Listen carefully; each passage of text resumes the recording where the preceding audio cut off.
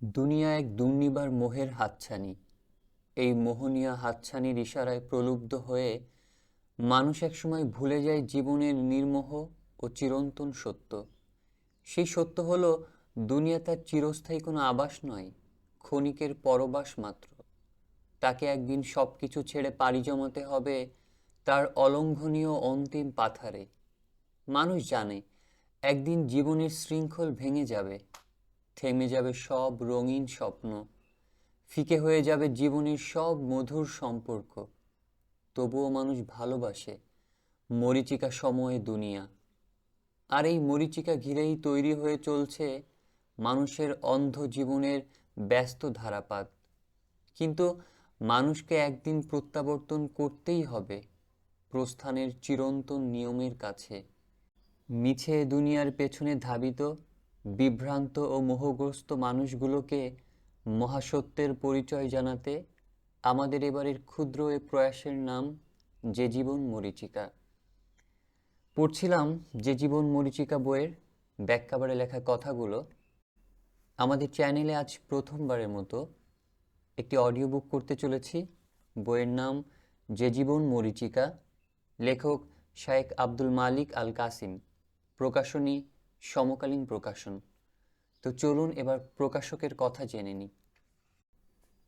আলহামদুলিল্লাহ, সকল প্রশংসা আল্লাহ তাআলার। সালাত ও সালাম বর্ষিত হোক মুহাম্মদ ইবনু আবদুল্লাহ সাল্লাল্লাহু আলাইহি ওয়াসাল্লাম, তার পরিবার ও তার সাহাবী রাদিয়াল্লাহু আনহুমদের উপর। আমাদের সমাজে আমরা প্রধানত দু ধরনের মানুষ দেখতে পাই। একদল দুনিয়া সম্পর্কে একেবারেই গাফেল, আর অন্য দল আখিরাত সম্পর্কে। প্রথম দলের ধারণা, দুনিয়ার জীবনে এসে তারা মস্ত বড় ভুল করে ফেলেছে। দুনিয়াকে সর্বদা ফিতনা ফাসাদ রূপে কল্পনা করতে করতে তারা স্বাভাবিক জীবনযাপন থেকে দূরে চলে যায়। তারা মনে করে দুনিয়ার প্রতি নির্মোহই হলো জীবনের সব কিছু। ফলে দেখা যায় তারা সমাজ থেকে নিজেদের বিচ্যুত করে ফেলে। সামাজিক বন্ধন এবং মানুষ হিসেবে পৃথিবীতে তাদের যে দায়িত্ব, সে দায়িত্ব থেকে তারা সরে যায় অনেক দূরে। আবার অন্য দল মনে করে এই দুনিয়াই সব কিছু।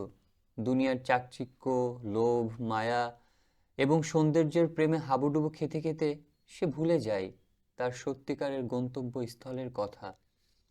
এই দুনিয়ার জীবনে সে একজন মুসাফির, এর চেয়ে বেশি কিছু নয়। সেই ধ্রুব সত্য থেকে সে বিস্তৃত হয়ে পড়ে। আমাদের বুঝতে হবে যে এই দুনিয়ারও মূল্য আছে। এই দুনিয়াতে দুনিয়াদারি করেই তাকে আখিরাতে সম্বল গোছাতে হবে। দুনিয়াটা যদি এতই ফেলনা হতো, তাহলে আল্লাহ সুবহানাহু তাআলা সুলাইমান আলাইহিস সালামকে রাজত্ব দান করতেন না, সিংহাসন দিতেন না।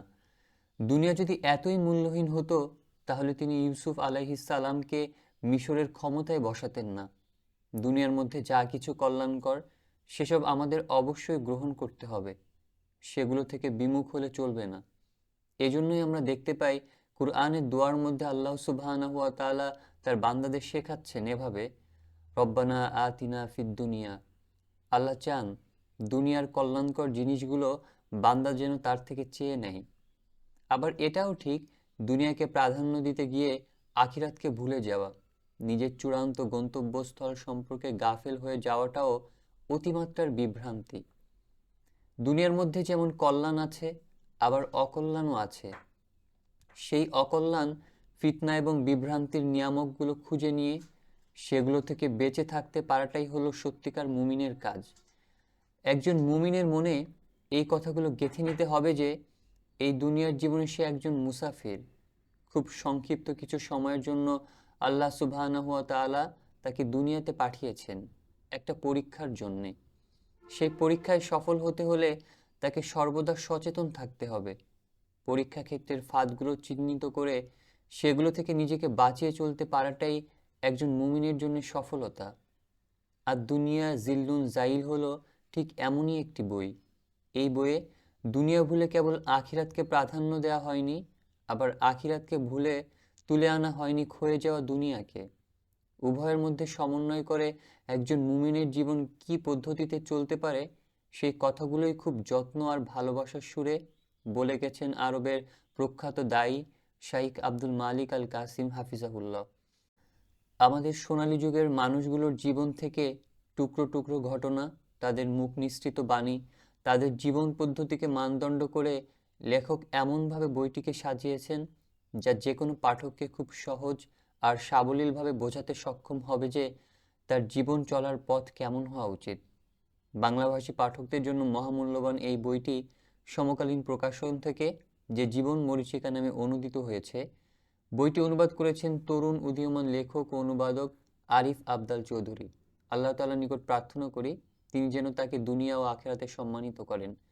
যে জীবন মরীচিকা দুনিয়ার সম্পর্কে চোখ খুলে দেওয়ার মতো একটি বই। দুনিয়া যে চলার একটি পথ ব্যতীত কিছুই না, এ কথার সত্যতা অনুধাবন করা যায় দুনিয়া সম্পর্কে সালাফদের মতামতের মাধ্যমে। যে জীবন মরীচিকা বইটি আপনাকে শেখাবে যে কোনো রকম প্রান্তিক অবস্থানে না গিয়েও এই দুই জীবনের মাঝে ভারসাম্য বজায় রাখা সম্ভব। বইটির পাতায় পাতায় যেমন চিরস্থায়ী জীবনের পরিণতির কথা স্মরণ করিয়ে দেওয়া হয়েছে, ঠিক তেমনি দুনিয়ার জীবনকে কিভাবে কাজে লাগানো যায় তার দিক নির্দেশনাও রয়েছে। এখানে অনাড়ম্বর জীবনযাপনের প্রেরণা আছে, কিন্তু সবকিছু ছেড়ে বৈরাগ্য বরণের আহ্বান নেই।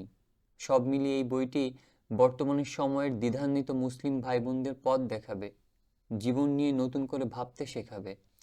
জীবন পথের সঠিক দিক নির্দেশনা সম্বলিত এই বইটি পাঠকদের হাতে তুলে দিতে পেরে সমকালীন পরিবার আনন্দিত, আলহামদুলিল্লাহ।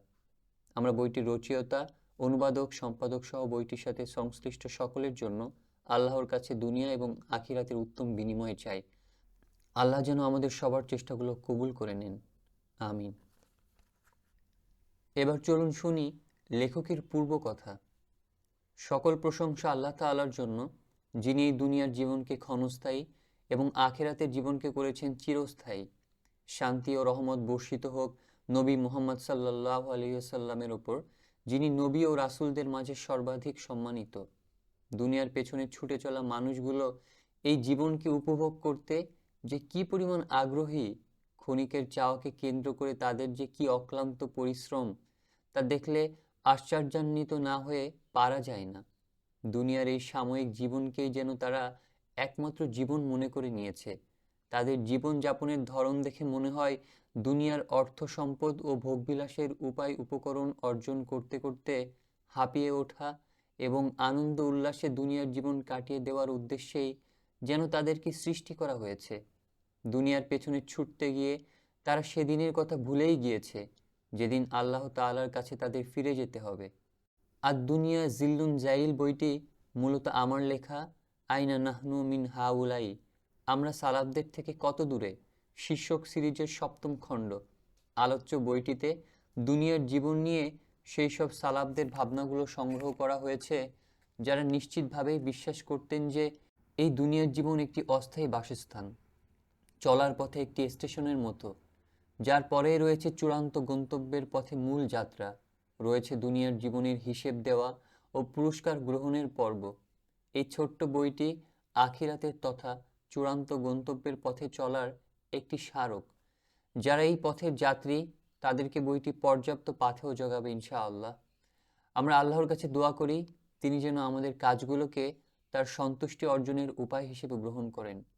আব্দুল মালিক ইবনু মুহাম্মদ ইবনি আব্দুর রহমান আল কাসিম।